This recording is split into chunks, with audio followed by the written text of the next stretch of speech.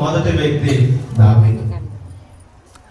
దావీదు కోతకాల పండుగ ఎలా ఆచరిస్తా ఉన్నాడంటే, ఒకటి దేవుడు చేసిన వాటన్నిటిని కూడా ఏం చేస్తా ఉన్నాడు, జ్ఞాపకం చేసుకుంటున్నాడు. ఏమైనా జ్ఞాపకం చేసుకుంటున్నాడు అంటే, మొదటిగా ఆయన ఆశ్చర్యక్రియలు జ్ఞాపకం చేసుకుంటున్నాడు. మానవులకు అసాధ్యమైనవన్నీ కూడా దేవుడు ఏం చేశాడంట, సాధ్యం చేశాడు. తనకంటే బలవంతుడు యోధుడైన గొలియాతును చిన్న రాయితోనే ఏం చేశాడండి, యెహోవా ఈరే అని ఏం చేశాడు, యుద్ధానికి వెళ్ళాడు, యుద్ధంలో విజయం పొందుకున్నాడు, కృతజ్ఞత చెల్లించాడు. దేవుడు ఒక్క ఆశ్చర్యక్రియ చేయలేదు. గొలియాతే కాదు, ఇంకేం చేస్తా ఉన్నాడంటే, ఇశ్రాయేలు ప్రజలను ఇబ్బంది పెడుతున్న ఫిలిష్తీయులు సహితం దావీదు ఎదుట నిలవలేకపోతా ఉన్నారు.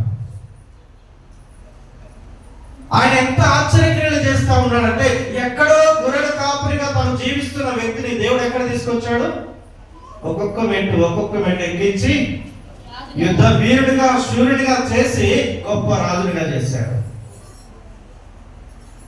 దేవుడు చేస్తున్న ఆశ్చర్యక్రియలు ఏంటంటే, ఏ స్థితిలో నుండి ఎక్కడి వరకు దేవుడు నడిపించాడు. ఆయన జీవితంలో ఎప్పుడు కూడా డౌన్ ఫాల్ చూసిన సందర్భాలు లేవు.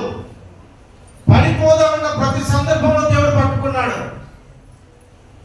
కిందపోతున్నాడు, పడిపోతున్నాడు, ఇక దావీదు పని అయిపోయిందన్న సందర్భంలో దేవుడు ఎప్పుడు ఆయన విడిచిపెట్టలేదు.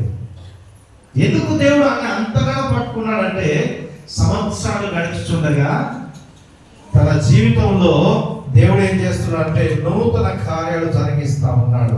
ఒక ప్రవక్త చెప్తున్న మాటలు మనం గుర్తు చేసుకుందాం.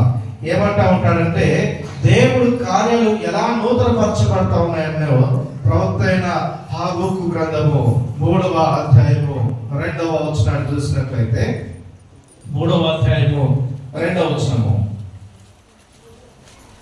యెహోవా నిన్ను గూర్చిన వార్త విని నేను భయపడుచున్నాను. యెహోవా సంవత్సరములు జరుగుచుండగా నీ కార్యములు నూతన పరచుము,